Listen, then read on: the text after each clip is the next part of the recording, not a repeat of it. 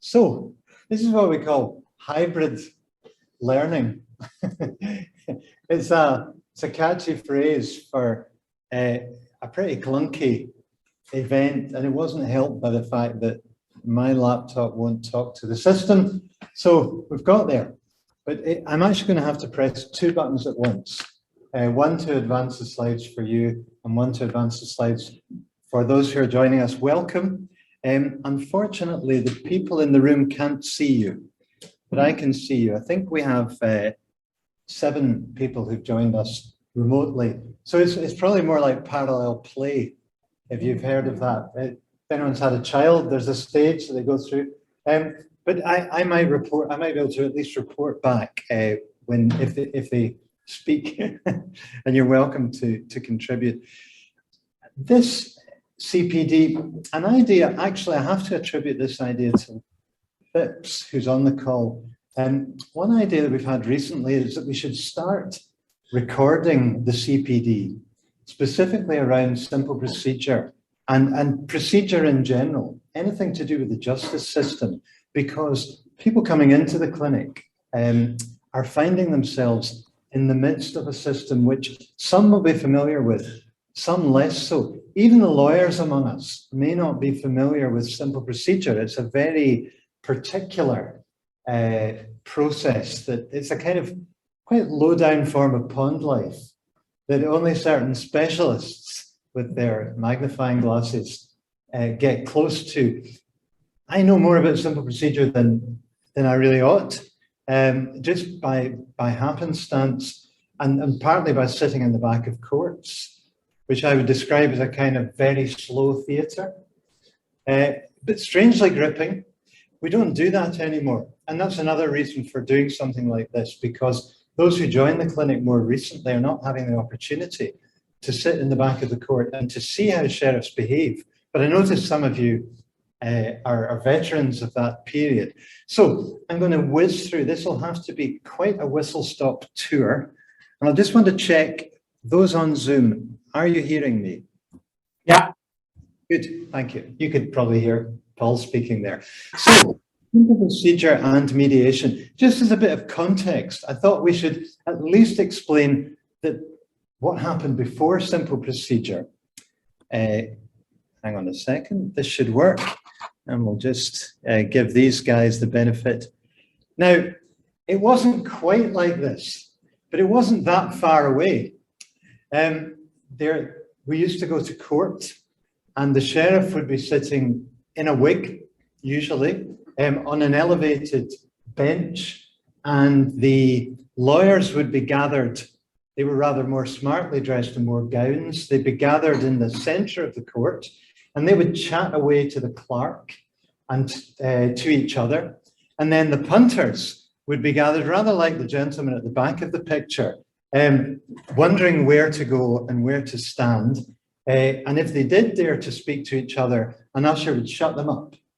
Silence in court is a very, very common phrase. Sometimes somebody would be kind enough when their name was called to say, stand there, but not always. And I've certainly watched in a number of occasions when both parties went to the same side, and nobody, even the sheriff, didn't think to help them out.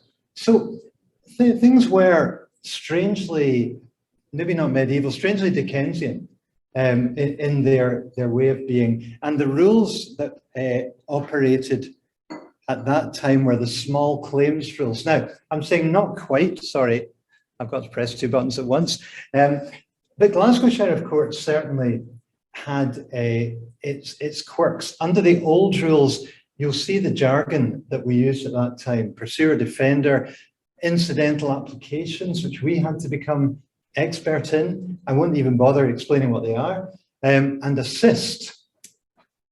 Everything changed in 2016. I'm not going to tell you what those rules were, but it was quite a significant change for the clinic. And having operated in the courts for about 3 years, we suddenly found ourselves looking at a new set of rules.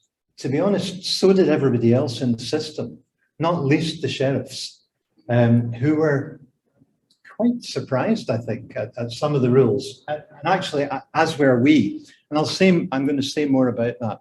This is a recap for some of you. Let me just see what my next slide says. I'll get better at this. Well, the first thing that happened was we got some lovely new terminology. Somebody from, I do believe somebody from Plain English had a look, and remarkably, instead of assist, you now have a pause, which sounds a lot less worrying, and so on and so on. So to a degree, it was an attempt to use plain language. More substantively, from our perspective, having sat in the court, but very much at the whim of the sheriff, we found some new principles in the new rules. And I'm not going to go through them one by one.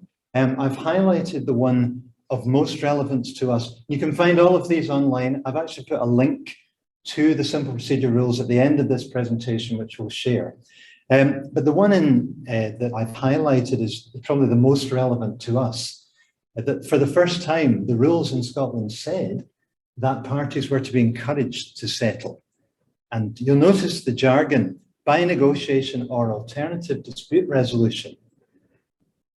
Not very many people can think of other forms of alternative dispute resolution when they're faced with a small claim. They do exist. I'm not going to talk about them today. So, code for mediation, as far as things go. Another important part of the new rules, the sheriff's responsibilities. The sheriff must encourage cases to be resolved, the same jargon, by negotiation or alternative dispute resolution where possible. And I think this is probably the one that had the most significant impact, in the sense that the big finding for me is that sheriffs take rules seriously. You know, I'm not criticizing them for that. They should. It's not an act of parliament, it's a piece of secondary legislation. Nonetheless, it's binding. Of course, you'll see that there's quite a lot of discretion on a sheriff. And the story could be developed at greater length. Not every sheriff suddenly became a fan of mediation overnight. And there are still some who regard it as a bit of a pain and not something they want much truck with. There are others who were pioneers from the beginning, said, can you help? This is really useful. And actually there were a whole lot in the middle who I think looked on with a degree of skepticism, and that has been allayed.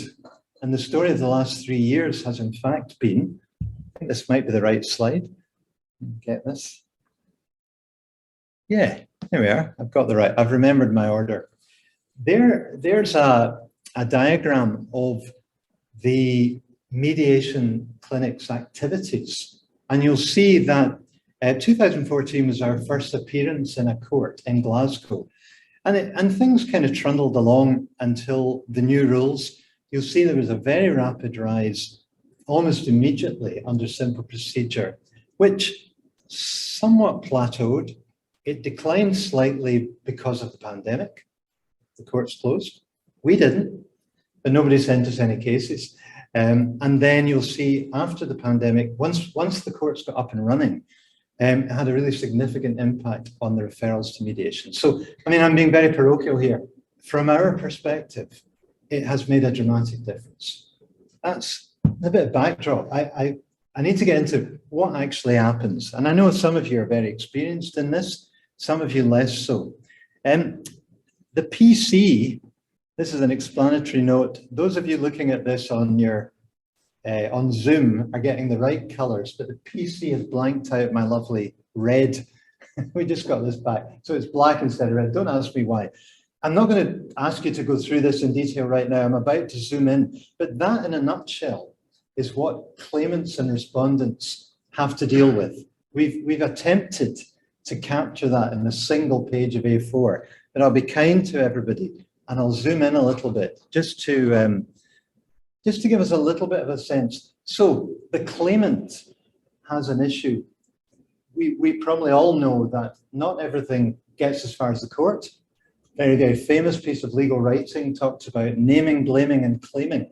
as the three stages of a dispute being transformed into a legal case.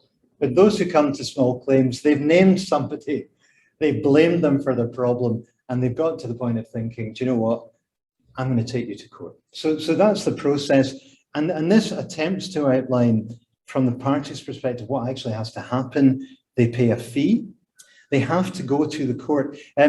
Nowadays, it's all happening through something called civil online. It's become much, much more straightforward. And it means that much of this can be done with the minimum of interaction, actually. You can pay your fee online. All of these things have become much easier. I'm going to show you the forms.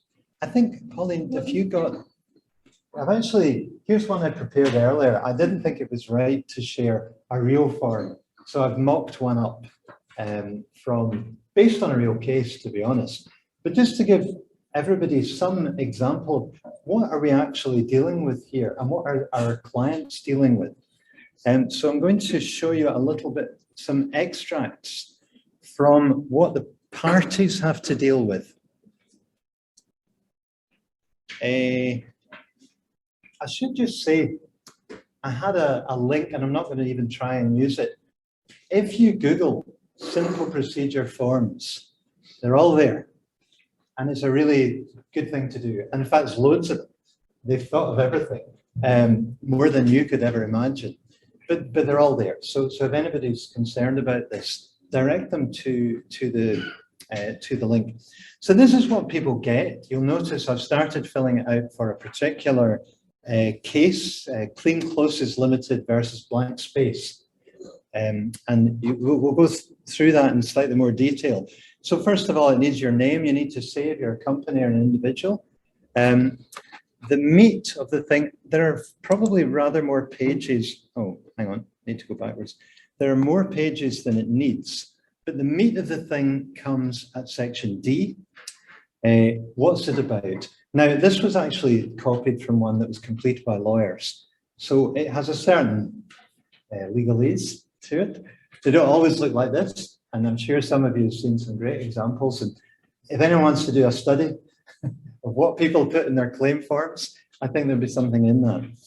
But ordinary people are mostly reasonably capable of writing a narrative of what the problem is. I mean, they certainly, I think they do get some assistance from the Sheriff Clerks, and I'm not sure if everybody can confirm that. If it's really incoherent and doesn't, for example, say how much is owing or what for, I think the Sheriff Clerks will generally say, send it back and say, could you please clarify? So my understanding is there's a degree of support in filling this out. I appreciate there are issues with literacy. Some people will find even this very taxing and challenging, but we know that CAB have been helping some of our clients, and we hope, and we would certainly send people to CAB quite happily if they appear to be struggling. Let's just move on in the interest of time. You need to name who the action's against, and you need to set out who are you going to bring. That's quite important. Who are you going to bring as a witness, and what evidence are you going to provide to the court?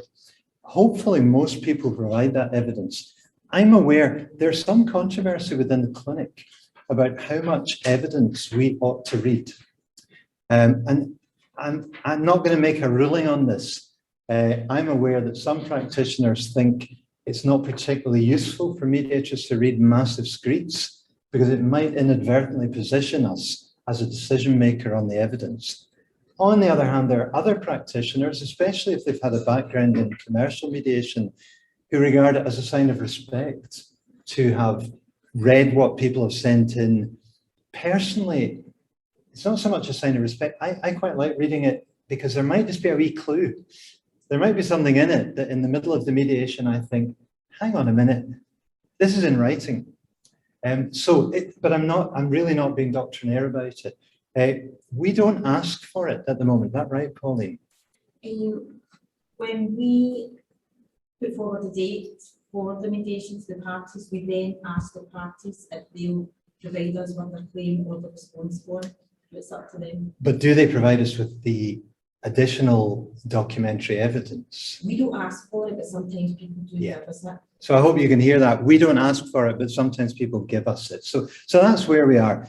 Now, once this has been served, it's called, sent to the respondent by the court, I believe. Can anybody confirm this? I think it's the court who sends it and serves it on the respondent. The respondent then has their own version of this. See if I can get slick at this, called the response form. Same idea. I mean, there's nothing terribly surprising about this. We'll just move on. But here's an example of, I don't think this was completed by a lawyer, but it's fairly coherent. It's actually been completed by a business person. I noticed the quirk of this case was that they sued the wrong person. They sued blank spaces blank space trading as blank spaces. And in fact, it's blank spaces limited. And that's based on the real case. Most sheriffs at at simple procedure will simply correct that. You know, technically they could say start again, but why would you do that? It's just annoying, and might cost the person another £106. And that's the kind of response that we might be dealing with. Okay, so are you with me so far? So we're not at mediation yet. So all of that gets us to the second half of my diagram. And here we get into, I suppose, the options facing the sheriff. And really what concerns us is not so much the left hand of the diagram, because that's really our bit. And I think we kind of know our bit. It's the right hand of the diagram. What are the options for sheriffs? And you'll see there are actually 3 steps, but the vast bulk of our referrals come at either first written orders or at case management discussion. First written orders was a great innovation in the new rules that meant that the sheriffs are now sifting. Instead of having to have everybody turn up in front of them, they can go through the paperwork and they can decide if this is suitable for mediation, I'm just going to send it. And Glasgow does that as a matter of course. I don't know, do we get some from other courts, Pauline? Hamilton, Falkirk, was quite a few. So quite a few courts are using first written orders. They're not seeing the people at all in person. Some are using a mix. I think Falkirk used case management discussions. Others, they like to have them in. They want the chat. And I know Patrick operates in Kilmarnock, where my understanding is it's always a case management discussion. Yeah. And so people have heard the sheriff often comment on the case. But we have no control over this. This is a sheriff's decision. Let's have a look at the rules just from the sheriff's perspective. I think it's probably worth just looking at this. This is what the rules say. They can make a written order referring the parties, or they can arrange a case management. Maybe you don't need to know this, but this is why they're doing what they're doing. That's what the rules say. Let's move forward. My next slide. Time passes. You mediate. Okay, that's what this is meant to represent. I'm not going to comment further on that. So the clinic has a process, which I'm not going to go into today, in how we deal with parties when they come to us. We call it intake. Almost everybody will have an intake phone call. But let's assume the matter has got to mediation. Before we finish, I want to touch on what do you do next, because that's often what puzzles mediators and can be quite perturbing. So we're kind of fast forwarding. You go into a dream, you mediate, you come back out, and here you are. We are back at, we've looked at the sheriff's options. Let's look at the mediator's options now. Should the matter settle, you will draft a settlement agreement. You don't need me to say it needs to be smart. You know, it needs to say what's to happen, by who's going to do what, for whom, by when. All of that, I think, should be in our agreements. Form 7A is not your responsibility. However, it's quite important, I think, that the claimant understands that if they want to get a decision, whatever that decision is, then they will expedite matters if they complete Form 7A. And just, I'm not going to go into Form 7A. It's a bit of a catch-all. It was really designed for people to ask for the sheriff to do something after settlement negotiations. The most common decision in our neck of the woods is dismissal. So we say to the claimant, this is my suggestion, we say to the claimant, when you receive payment, let's assume it's a straightforward matter, payment's going to be made by next week. When you've got it in your bank, you're satisfied, you complete Form 7A, you send it back to the court, the matter will be dismissed. Could you let us know? We like to do that as a courtesy. And as a courtesy, we might let the respondent, would we let the respondent know if they're not on good terms? Yeah, Yeah. And we also, as a courtesy, inform the court just through email, just to be doubly sure. So is that reasonably clear to everybody? Form 7A is important, but it's not for us. The reason this is quite relevant, under the old rules, we actually drafted incidental orders. So we kind of got involved on a slightly more hands-on level, but the forms are not designed for us to complete. They're designed for the parties. It's not unthinkable that a respondent could complete Form 7A. We might sometimes have lawyers on both sides, and the agreement is, or a lawyer on the respondent side, and they might offer. They might say, my clients are going to make payment, and then we'll do the dismissal for you. Is that okay? So I've not said it's always the claimant's responsibility. Anybody can do it, and the sheriff will grant it unless there's a reason not to. I just want to touch on this. Settlement by installments. Whatever you do, we are not going to use Forms 4 or 5, which are applications to the sheriff for payment by installments. And the reason we're not going to do that, there's a whole process set up. If we weren't involved for the parties, but it includes an income statement, a statement of their outgoings, all of these things, we're not part of that system. But we often get payment by installments. We do a much simpler thing. We write it down, we have an end date, and if it's any more than the time between now and the next hearing, we would again advise the claimant to pause the matter. It's often paused already, in which case they don't need to do anything, but pauses stop after 6 months. So they may well, in fact, be advised either to have a plan when the court restarts the action. You could notify the court that you're still to be paid. Could they pause it again until the end date for payment?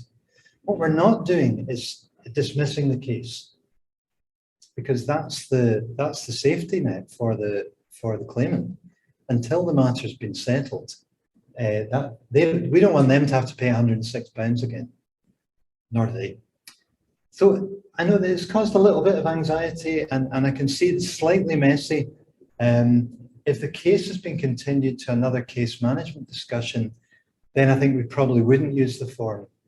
It depends on the sheriff, actually. Some of them are quite proactive, and I don't know, again, Patrick, you're dealing with quite a proactive sheriff. In Kilmarnock, if you had an agreement, say it was over 9 months or a year, would you suggest the parties go back and inform the sheriff? I suggest the parties contact the clerks, and I also sent them an email, but I suggest the parties contact the clerks and tell them the arrangement and leave it up to them to work out how they do it. So there's a bit of leeway depending on the court, depending on the sheriff. You know, some sheriffs, and again, if we go back to appearing in person, as Sheriff Livingston in Falkirk's a big fan of in person. I think he'll have us back quite soon. He would be delighted for us to go back through and either the mediator or the parties explain what's happened, and he would probably set a date, either a pause or a continuation to the end date.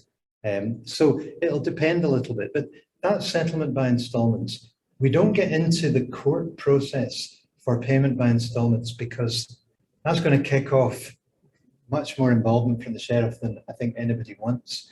And then finally, maybe this is bleeding obvious, if it doesn't settle, we have a new form that nobody will know about called Matters for the Sheriff. So I'm revealing it for the first time. It's drafted and we'll circulate it soon. This came from a suggestion from Sheriff Guy in Glasgow Sheriff Court saying, could you report to us with the party's permission. He was very careful. And I'm saying, well, I'm not sure. you know, you've probably heard about the confidentiality of mediation. He said, yeah, I'm not trying to breach that. But what I would like to know is sometimes people have a negotiation, but they can't agree on the amount. He used lawyer's language. He said, sometimes it's liability, sometimes it's quantum. What he meant by that is sometimes it's the principle they can't agree on, sometimes it's the amount. It would be very useful for the sheriff to know this. It's going to speed things up. It's going to allow us to deal with their claim sooner. And I'm going to show you some more rules. It's quite possible a sheriff could deal with some of this in a case management discussion and send it back.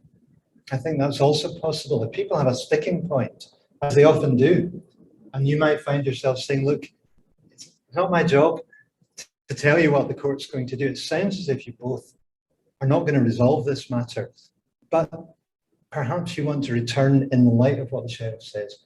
They may not have to. I mean, if it's a simple amount, the sheriff might say, well, here's my thinking. Take it or leave it. So we're going to use the matters for the sheriff. We'll pilot it. We'll send it to everybody. If we think it's working, we'll continue with it. If people think it's not going to work, we'll not do it. And it would require the parties, just like the settlement agreement, you'd have to write out the wording. I've deliberately called it matters because I've tried to avoid anything like ruling. I don't want to tell the sheriffs what we're asking for. Does that make sense? Because it might be an evidential hearing, but it might not. And I think we have to leave it for them to make that decision. So put that to one side. If the court date's already fixed and it doesn't settle, we don't need to do anything. It's going to go back to the case management discussion. The sheriff will almost certainly fix an evidential hearing. If it's paused, again, our advice to the claimant, but I would suggest in front of the respondent, is complete Form 9B as quickly as possible, because the case won't go anywhere until you do that. Okay, so that's procedurally our advice, but we can't force anybody. And if they wait, nothing will happen until the end of 6 months. And then they'll both get a shock because they'll get a letter saying your case is going to be dismissed unless you do something. And that has happened to a couple of people. We're nearly at the end. I'll just pause. Any questions? So just the comment on this I have last one here. point about matters for the sheriff. Yeah. One thought that comes to mind, and it happens from time to time, is the parties manage to settle the claim, but they can't agree on expenses. And you know, you've got the cap on expenses, you've got various things that you can deal with that, but sometimes the parties just can't agree on expenses. And it's quite useful to then, if the parties agree, to refer it back to the sheriff just to decide the issue of expenses. Thank you, Patrick. Did you guys hear that? No, I'll just, a couple of people didn't. So Patrick's pointing out, sometimes people agree everything except expenses. And that prevents them from reaching an agreement. And that strikes me as quite a useful example where I suspect the sheriff would absolutely deal with that in a case management discussion and simply make a ruling, and that brings the thing to an end. So that could be an instance where this works quite well for the parties. Thank you for that. I can't see everybody on there. I see one in the chat. Let me just check.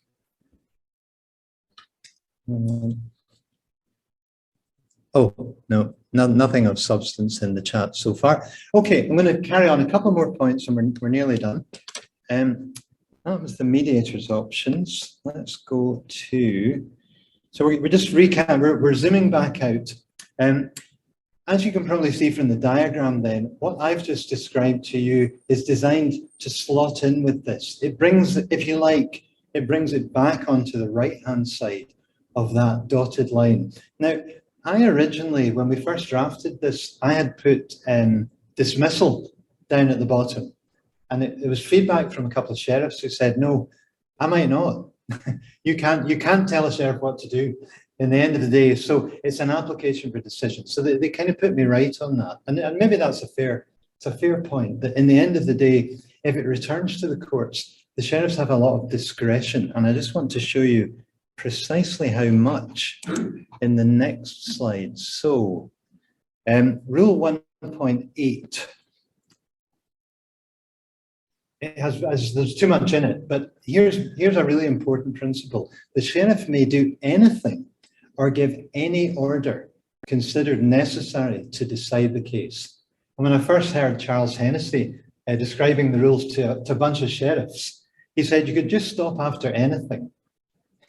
And that pretty much describes simple procedure. He said, it's the Wild West out there. Now, there are some limits. There are some appeals. But they're very few and far between because, of course, the amounts really don't warrant an appeal to the Sheriff Appeal Court in most cases. So I think it's really important to bear this in mind. Sheriffs have the power to dismiss the matter at any point. In fact, I think it's a bit more specific. Let me get that rule. Well, first of all, let's not forget, sometimes we get 2 or 3 cases which look as if they're related. The sheriff has the power to combine them. It seems to me that's sometimes overlooked, but it's certainly in the rules that the sheriff could bring them together. I'm not quite sure of the circumstances where we might ask them to do that, but we might do that. In a way, I'm maybe saying this because there are sometimes cases, I think we've got one at the moment, where we are going to combine. Is that right? I think we're going to combine 2. So it almost to give you permission, that looks a reasonable thing with our informality for the mediation service to do, because the court can do it as well, if it wishes. And then, oh, hang on, I'll just give you the last 2.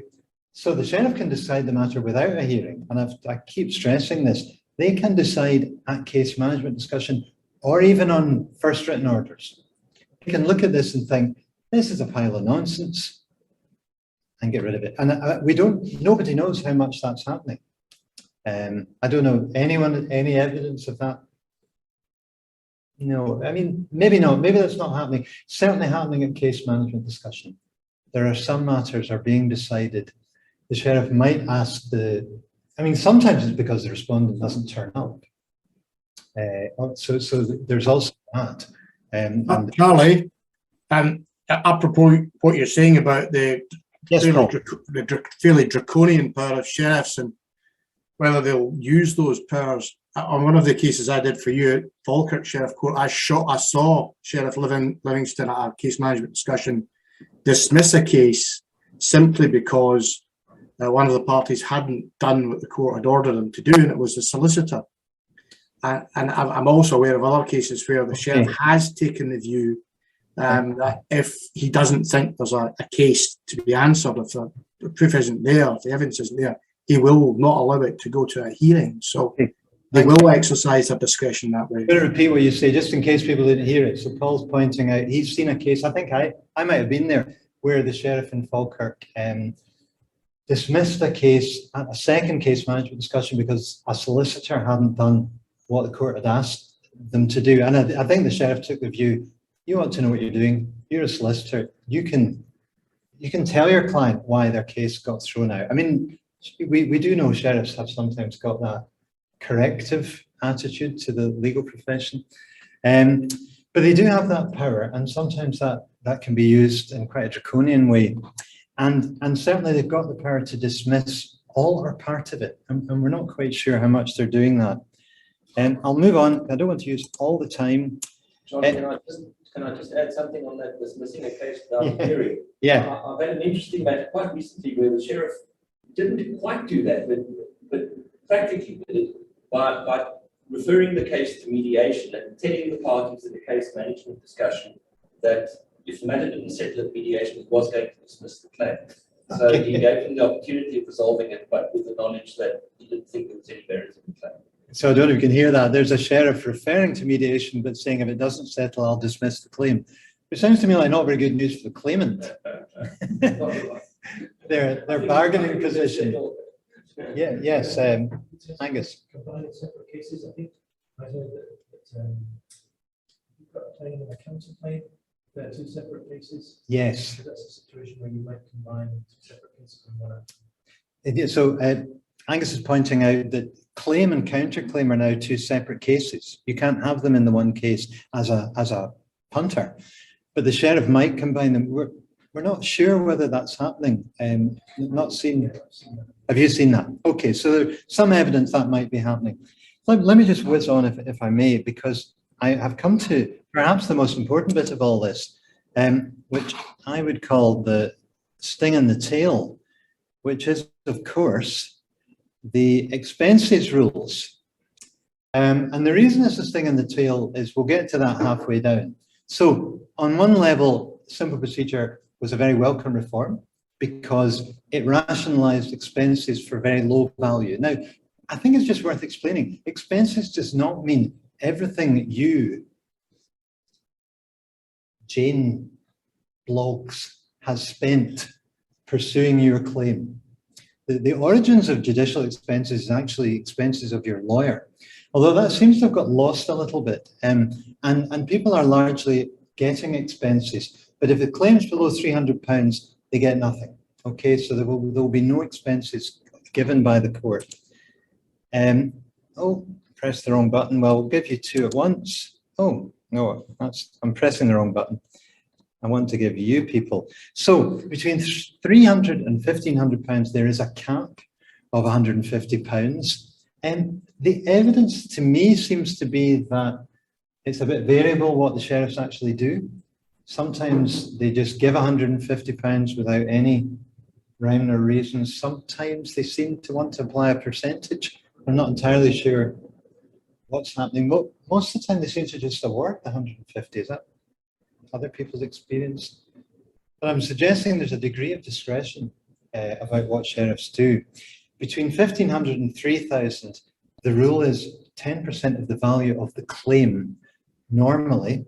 The reason I've put normally is that the sheriff has the power to vary these rules in certain circumstances. Usually if they regard the respondent, or it could be the claimant actually, as having behaved in bad faith, in you know, a utterly unreasonable waste of the court's time, they could certainly find against that person, say you're not getting your expenses and because of the way you've behaved. If, for example, you employed a solicitor to defend you on something that the court decided was absurd and ridiculous, and the other side had a solicitor as well, you might find yourself paying the solicitor's fees even on a less than £3,000 claim.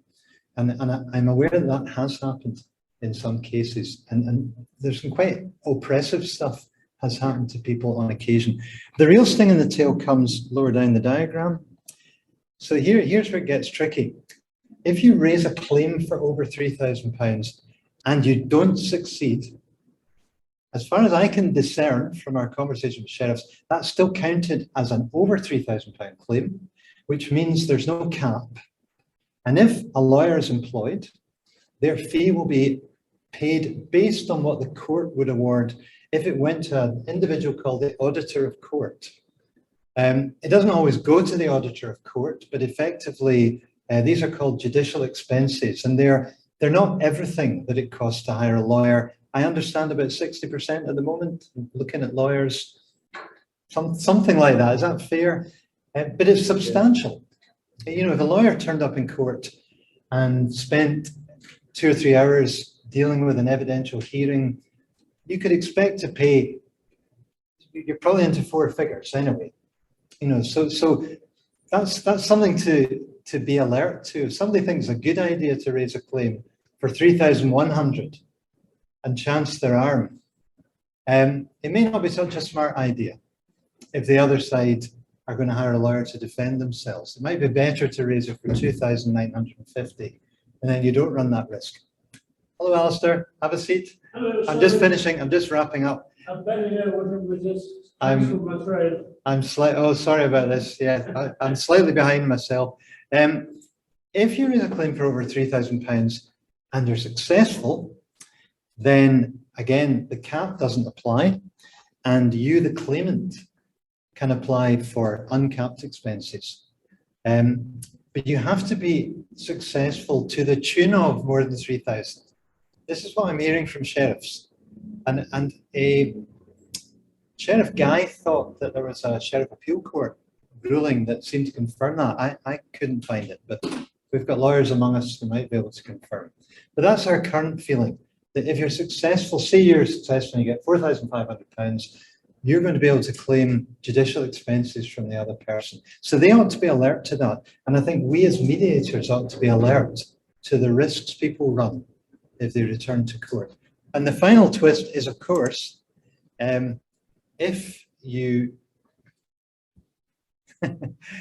awarded less than 3,000 and you hire a lawyer, even if you sued for 4,950, you're only going to get 10% of what you're awarded. So do bear that in mind. And again, this might be something in the course of a mediation, it may emerge that there are elements of a person's claim deeply felt that don't really stack up. So I'm sharing all this now. Pauline, I think you got a document from Scottish Court's website, is that right? That says all of this. I've just summarised it. Or was that your own? No, that was my one. That was Well half and done. half. Well, okay, so I think we'll share that with everybody in the clinic, and I think it'd be really useful for everybody to have this. I think we're honestly just about there. Yeah, we're just about there. It's kind of over to you. It's all on Zoom. I know I've sort of run out of time. I have actually put the link there to the rules, and if you go into the rules, you can also find the forms. So sorry, that was actually 45 minutes. I'm not really allowed time for questions. I need to hand over to Patrick. I can see Tom's put his hand up, so I might, Patrick, take one or two questions, but I can't really tarry. Tom. What's the procedure for the claimant if the agreement isn't fulfilled? The agreement. Yes. Okay. No, very good question. If the agreement's not fulfilled, what would the claimant do? My understanding is the claimant, in terms of the forms, would, of course, by that point, where the matter will still either be paused or there'll be a case management discussion. So if there's a case management discussion, the claimant really doesn't need to do anything, because they'll return to the case management discussion. They'll inform the sheriff when asked that the matter was not fulfilled, and the sheriff will say, what do you want me to do, perhaps? And they'll say, make an order or fix a hearing.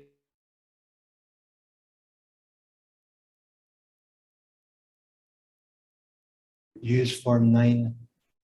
I think B is the restart, isn't it? Yeah, 7A. 7A and 9B. No, so 7A. Yeah. Yes, there is a situation you might have to use both, but I think in this case it's 9B, and we'd say to them, by all means, you're entitled to go back to the court. Just on an informal level, occasionally the clinic gets involved. Something hasn't settled within the week or whatever. There've been a couple of cases where we've had a wee polite follow-up and it's come. So it's probably worth, not being completely trigger happy with that and saying, check in with the respondent. Is there a misunderstanding? Is it just coming? May I ask quickly, Charles? Oh, yeah. Do we know our I have one going question. ahead at the moment? Sorry? Just wondering, our proof hearings going ahead? Oh, good question. Ailey asked about our proof hearings. I think they're called evidential hearings in simple procedure. I asked, yes, they are going ahead. And I asked Sheriff Guy about Glasgow, because that's a busy court. How many are happening? And he said about 3 a month. So it's not a lot. They once told me Glasgow had about 50 cases a day started, although many of them are not defended. But even if we say perhaps 10 a day are defended, 3 a month is not a lot. So even though lots of the cases are not settling and not coming to mediation, they're not all going to hearings. So there's a huge amount of attrition in the system. I better stop. Thanks, Ailey. I've got a question. I can probably only take one, and it's from, I need my glasses. Alison. Yes. Hi, Charlie. Hi, everyone. I had a case where the amount was under 3,000. It was unpaid charges to a housing association.